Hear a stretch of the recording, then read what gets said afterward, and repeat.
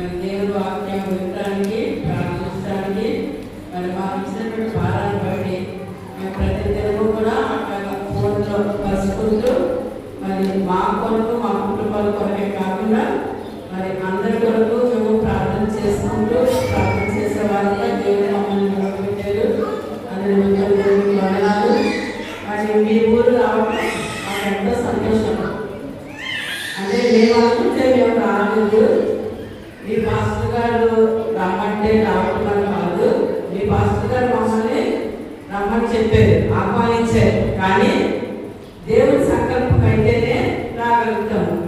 ఆయన సంకల్పం చొప్పున ఆయన ఏర్పాటు చేస్తే మరి ఆయన అనుమతిస్తేనే మేము రాగలుగుతాము. ఆయన అనుమతించారు.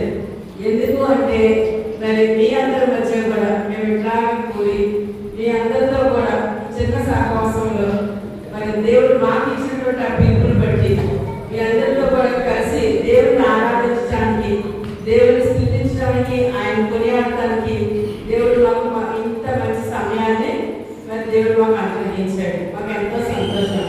మరి మీ సంఘము మరి మీకు ఇచ్చినటువంటి మరి దేవుడు మీకు ఒక గొప్ప ఎవరి కాలం దైవజనుని దేవుడు మీకు అందించాడు. మరి వృద్ధాప్యంలో ఉన్న దైవజనుడు కాదు కదా, ఎవరి కాలం దైవజనుడు. మరి ఎవరి కాలంలో దేవుడికి ఆడిపోయిట ఆయన కుటుంబానికి కాదు, మీ అందరి కుటుంబానికి కూడా మేలే. మరి మీరు ఆయన పట్ల మీరు ఏ విధంగా ఉంటున్నారు? మరి మంచి ప్రార్థనా పరుడైనటువంటి ఒక దైవజనుడు దేవుడు మీకు అనుమతించాడు. మరి ఆయన వేసిన ప్రణాళిక ఏంటో అనేది దేవుని చిత్తమే, దేవునికే తెలుసు. బైబిల్లో మరి ఒక చిన్న ఉదాహరణ చెప్పాను. కొన్నేళ్ళు ఉన్నాడు కదా, కొన్నేళ్ళు ఎవరు? శతాధిపతి అన్నిడే కదా. మరి ఆ కొన్నేళ్ళు కంట ఒక కోరిక ఉండేదంట. ఏంటంటే ఆ కోరిక, ఒక మానవ దూత వచ్చి దేవుని లక్షణ మార్గం చెబితే వినాలి అని కోరుకున్నాను. అతను మంచివాడే, దేవుడి కార్యాలు చాలా చేశాడు, ధర్మ కార్యాలు చేశాడు, ప్రార్థించుకునేవాడు. ఒక సమయాన్ని పెట్టి ఒక 3 గంటలకి ఒక దినము ఆ సమయంలో ప్రార్థించేవాడు. అయినప్పటికీ కూడా అతను కూడా కోరికేంటి, మానవ దూత దేవుడి లక్షణ మార్గాన్ని తెలియజేయాలని ఆశపడ్డాడండి. ఆయన ఆశ దేవుడు తీర్చాడు కదా. దేవుడికి ఇచ్చేది లేదా? మరి కథ ద్వారా దేవుడి దర్శనం ద్వారా అంతా మాట్లాడాడు. మరి అదే దర్శనం ఎవరికి మానవ దూతకి వచ్చింది? యేసయ్య శిష్యుల్లో ఒకరైనటువంటి పేతురు గారు కదా. మరి అదే ప్రశ్న పేతురు గారు కూడా వచ్చింది కదా. మరి మీకు మరి దేవుడి దర్శనం ద్వారా దేవుడు ఏర్పరచుకున్నటువంటి మరి కఠిన సమయం ఇది మీకు, ఆయనకి మీకు కాదు. అయినప్పటికీ కూడా మీరు అందరూ కూడా ఏ విధంగా ఉండాలి? ప్రార్థించే దైవజనుడికి మీరు మంచి సపోర్ట్ ఇస్తూ, మరి దైవజనుడి యొక్క ప్రార్థనలో మీరు కూడా ఏకీభవిస్తూ మరి దైవజనుడి యొక్క దీవెనలు పొందుకునే వారుగా ఉండాలి. కొన్నేళ్ళు అంత ఇంకా ఉన్నప్పటికీ కూడా గొప్పవాడే. మరి ఒక మానవుడుగా దేవుడు పేతురుగారిని ఏర్పాటు చేసి పేతురుగారిని రప్పించినప్పుడు ఆయన వస్త్రం చూసి పాదాలతో పడి నమస్కరించాడు. ఎంత గొప్పవాడు లోకపరంగా చూసుకుంటే కొన్నేళ్ళు. మరి అట్లాంటి దేవుని దూత మరి మనం కూడా ఎవరు? మనం కూడా అన్యులైనటువంటి వారు ఎవరు? మనం కూడా దేవుని దూతలమే.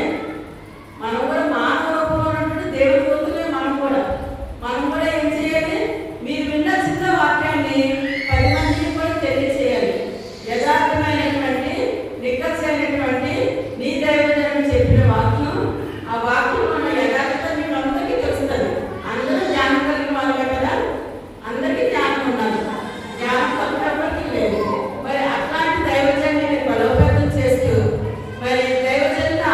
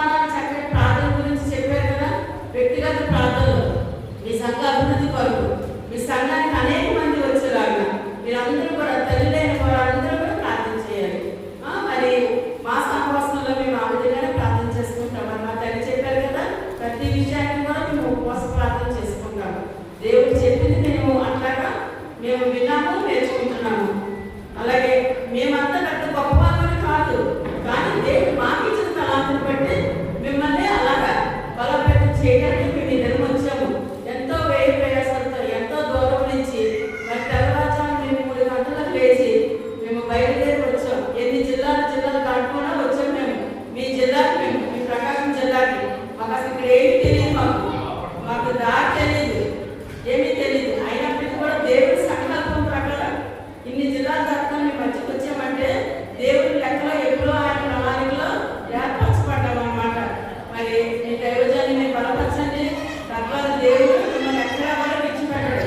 అనేకమైన జీవితంలో మేము కుటుంబాన్ని చక్కగా నడిపిస్తాడు, అనేకమైన ఆశీర్వాదాలు ఇస్తాడు. మరి మా సహవాసం ద్వారా మరి మేమందరం వచ్చాము. ఇప్పుడు మా దైవజాన్ని మరి చక్కటి వర్తమానాన్ని ఇస్తారు. ఆ వర్తమానంలో కూడా మీరు బలపడండి. మరి మీ కుటుంబాలు ఆశీర్వదించబడతాయి, మీ సంఘం అభివృద్ధిలోకి వస్తుంది. మరి మమ్మల్ని అందరినీ ఆహ్వానించండి. మీకు అందరికీ వందనాలు. మరి అలాగే మీ ఎవరి దైవజానికి మరి మా తమ్ముడు, మా సహవాసంలో ఆత్మీయ తమ్ముడు, మరి మమ్మల్ని ప్రేమగా పిలిచినందుకు తమ్ముడికి ప్రాముఖ్యత గారికి కూడా సహవాసం తరఫున, నా కుటుంబం తరఫున ప్రత్యేకమైన వందనాలు తెలియజేస్తూ మరి మీరందరూ కూడా బిడ్డ యొక్క మరి ప్రార్థన జీవితం